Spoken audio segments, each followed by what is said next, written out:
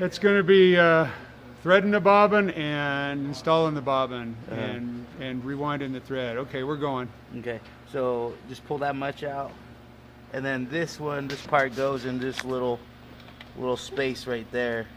Right. And then I see that. all I had to do was put it in there. Can we pull this light down just a bit so that it's light? There we go. There.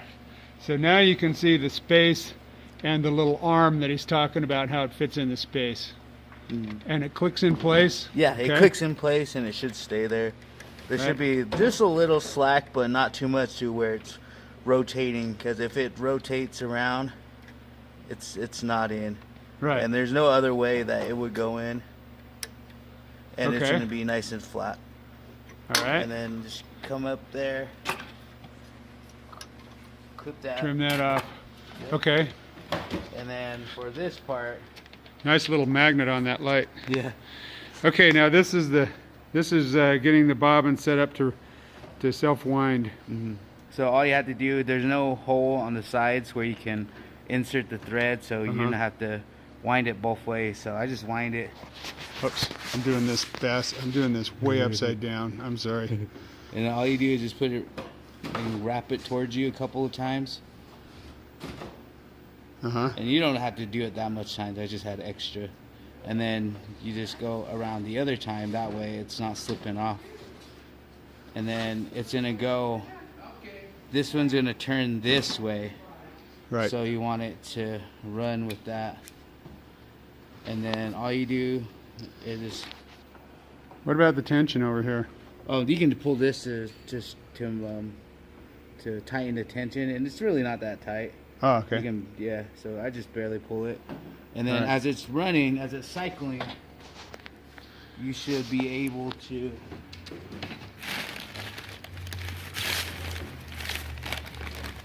You should be able to see that the bobbin is going to wind itself.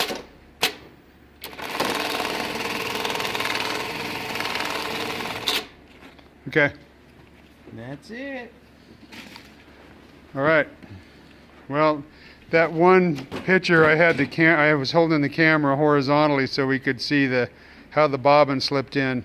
So be aware that the notch is sticking straight up. It's not on the side. That's the way it's going to look in the movie.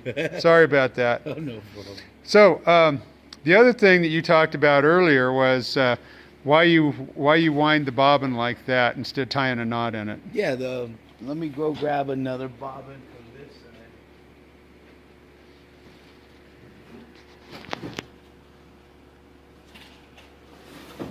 side. As you can see, this bobbin right here has a hole that you can put the thread through and hold it and wrap it around. Right. These bobbins, they don't have it, and this one's on both sides, and that's usually how you would do it. But if it's nice and clean without no holes in it, all you have to do is just wrap it up and then wrap it the other way and hold it down, because someone told me when they showed me that you're supposed to tie it on there and then wrap it up. But I realized that once it gets to the end, and if you're not paying attention to your thread, it gets stuck, and that could jam up your sewing machine, and your computer is going to show something that's going to be thread tension, or it's going to give you an error code.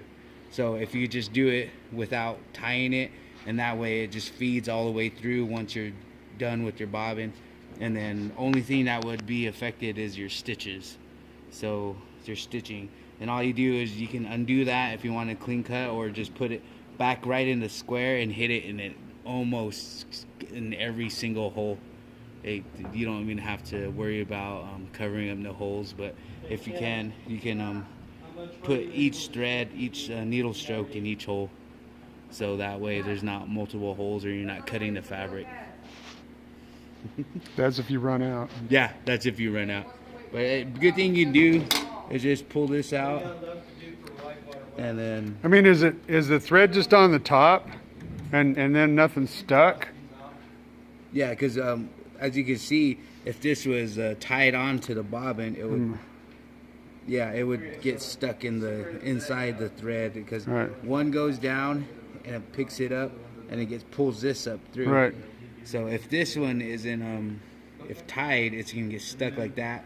And then this is automated, so it's gonna run all the way down to the sequence. So if it's mid-sequence and it gets stuck and it's tied, it's gonna get stuck and pull like that, and it could make your throw off your timing in your sewing machine, or it could break a needle, or it could pull the needle to the side and hit these clamps. And these little plates right here are very expensive, like $300, $250 per one.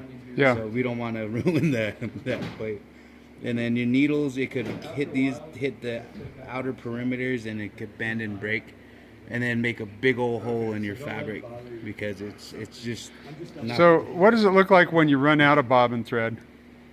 You can check this right here. Well, I mean, what does it look like on the part?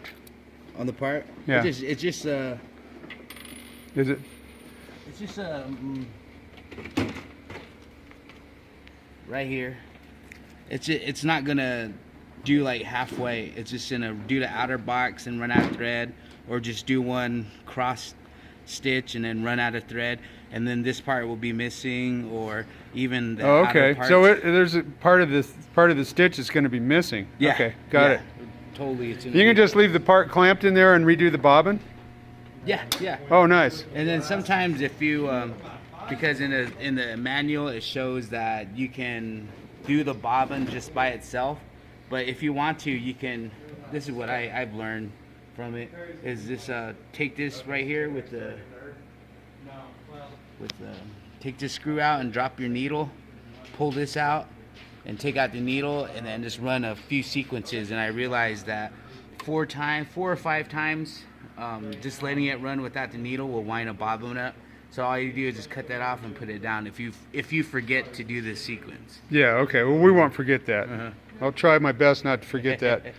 Okay, so that's what it looks like when you run out of thread on the bobbin. What about the needle?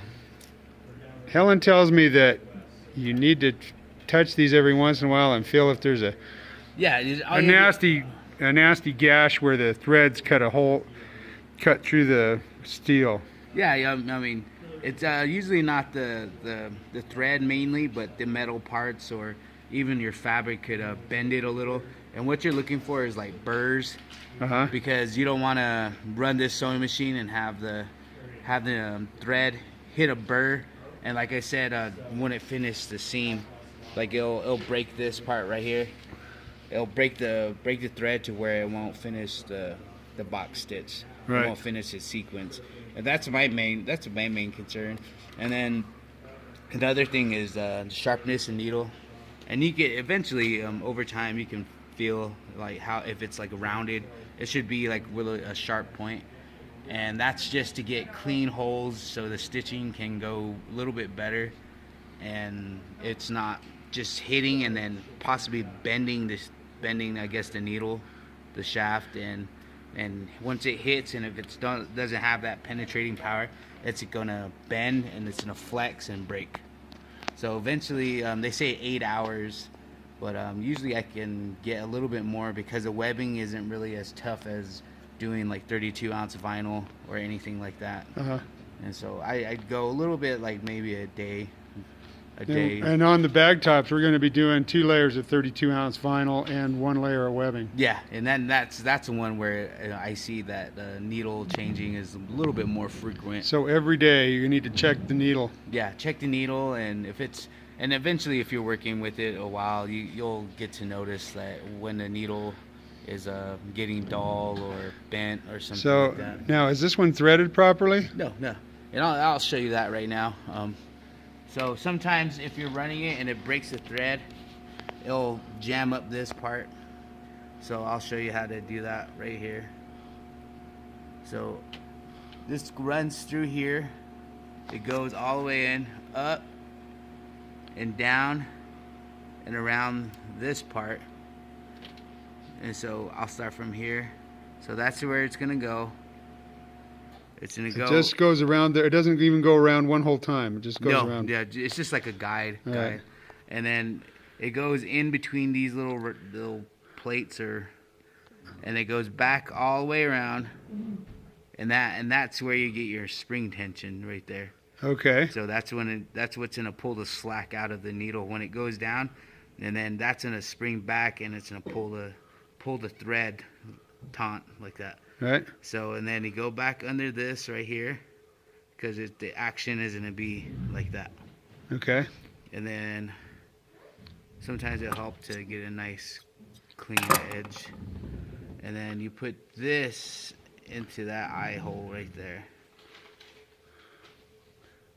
Okay. And that's the way it should work, and you can pull it and it shouldn't be no slack or no pull back.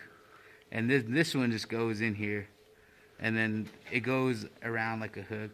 All you do is just push that in there, and that just helps it guide it and keeping it from flopping everywhere. Okay. And then the next step is to put it in this hole right here. There's a little hole that comes down this way, and that's just to keep it from going everywhere. Okay. And then from this part, you go in through this way, and then you go again around, and that way it just feeds like that. Okay. And then finally you just put it in the needle, and it helps to have a nice little slant in it. All right. Now I'm gonna take some pictures of that. Thanks. Yeah. Oh, one more thing. Can you talk about this just a little bit? Yeah. I got a couple minutes left. Yeah. Usually we only run on P1, P2. P1 is for the inch box square. It's a little bit smaller than the inch. And P2 is for the inch and a half.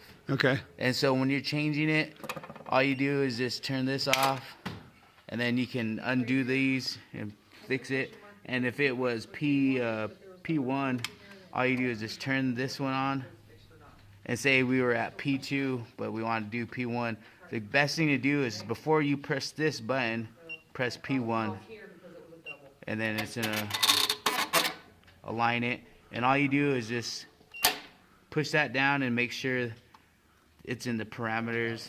This is the top where the box stitch is gonna go. So if this plate is shifted this way inside this hole, you might want to shift it this way, whatever way to get it out of the sewing thing, because there shouldn't be no plate visible in there.